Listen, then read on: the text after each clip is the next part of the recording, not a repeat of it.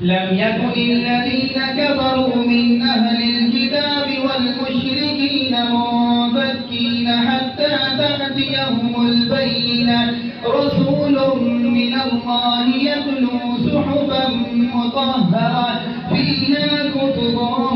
قيمة وما تفرق الذين أوتوا الكتاب إلا من بعد ما جاءتهم البينة وما أمروا إلا ليعبدوا الله مخلصين له الدين حنفاء